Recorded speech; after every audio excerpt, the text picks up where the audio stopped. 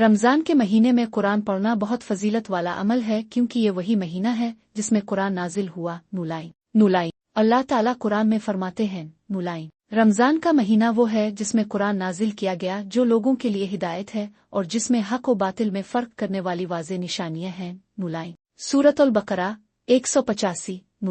نولائی اس لیے رمضان میں زیادہ سے زیادہ قرآن کی تلاوت کرنی چاہیے۔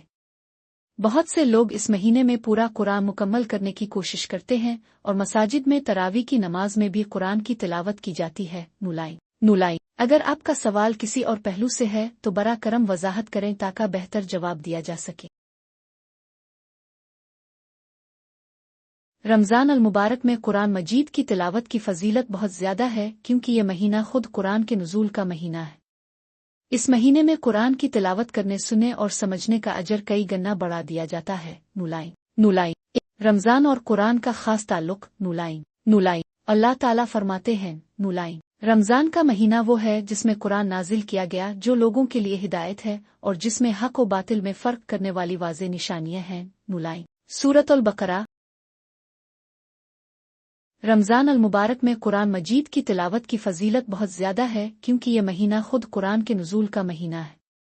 اس مہینے میں قرآن کی تلاوت کرنے، سننے اور سمجھنے کا اجر کئی گنا بڑھا دیا جاتا ہے۔ نولائی رمضان اور قرآن کا خاص تعلق۔ نولائی اللہ تعالیٰ فرماتے ہیں نولائی رمضان کا مہینہ وہ ہے جس میں قرآن نازل کیا گیا جو لوگوں کے لیے ہدایت ہے اور جس میں حق و باطل میں فرق کرنے والی واضح نشانیاں ہیں۔ نولائی سورۃ البقرہ 185۔ نولائی اس آیت سے ظاہر ہوتا ہے کہ رمضان اور قرآن کا آپس میں گہرا تعلق ہے، اس لیے اس مہینے میں اس کی تلاوت اور غور و فکر بہت اہم ہے۔ نولائی 2 قرآن کی تلاوت کا ہر حرف پر 10 نیکیاں۔ نولائی نبی اکرم نے فرمایا نولائی جو شخص قرآن مجید کا ایک حرف پڑھتا ہے اسے اس کے بدلے ایک نیکی ملتی ہے اور ہر نیکی 10 گنا بڑھا دی جاتی ہے۔ ترمذی 2910۔ نولائی رمضان میں نیکیوں کا اجر 70 گنا تک بڑھا دیا جاتا ہے، اس لیے اس مہینے میں قرآن کی تلاوت کا ثواب بے حد زیادہ ہو جاتا ہے۔ نولائی 3 حضرت جبرائیل علیہ السلام کا نبی کو قرآن سنانا۔ نولائی حضرت ابن عباس رضی اللہ عنہ فرماتے ہیں نولائی نبی کریم رمضان میں سب سے زیادہ سخی ہو جاتے تھے جب حضرت جبرائیل علیہ السلام ہر رات اب سے ملاقات کرتے اور اب کے ساتھ قرآن کا دورہ کرتے تھے۔ بخاری 3554، مسلم 2308۔ نولائی یہ حدیث ظاہر کرتی ہے کہ رمضان نے قرآن پڑھنا اور سننا بہت فضیلت رکھتا ہے کیونکہ خود نبی ہر سال حضرت جبرائیل علیہ السلام کے ساتھ قرآن کا دور مکمل کیا کرتے تھے۔ نولائی تراویح میں قرآن سننے کی فضیلت۔ نولائی رمضان میں باجماعت تراویح کی نماز میں قرآن کی سماعت بھی ایک بہت بڑی نیکی ہے۔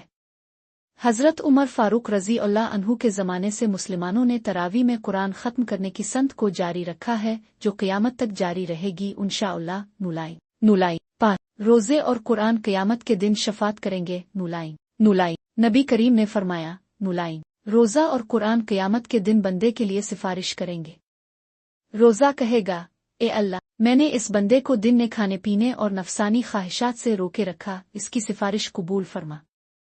اور قرآن کہے گا میں نے رات کو اسے نیند سے روکے رکھا، تلاوت و قیامے، اس کی سفارش قبول فرما۔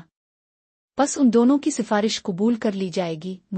مسند احمد 6626، صحیح الجامع 3882۔ نولائی نتیجہ۔ نولائی رمضان میں قرآن کی تلاوت، اس کو سمجھنے اور اس پر عمل کرنے کا بے حد اجر ہے۔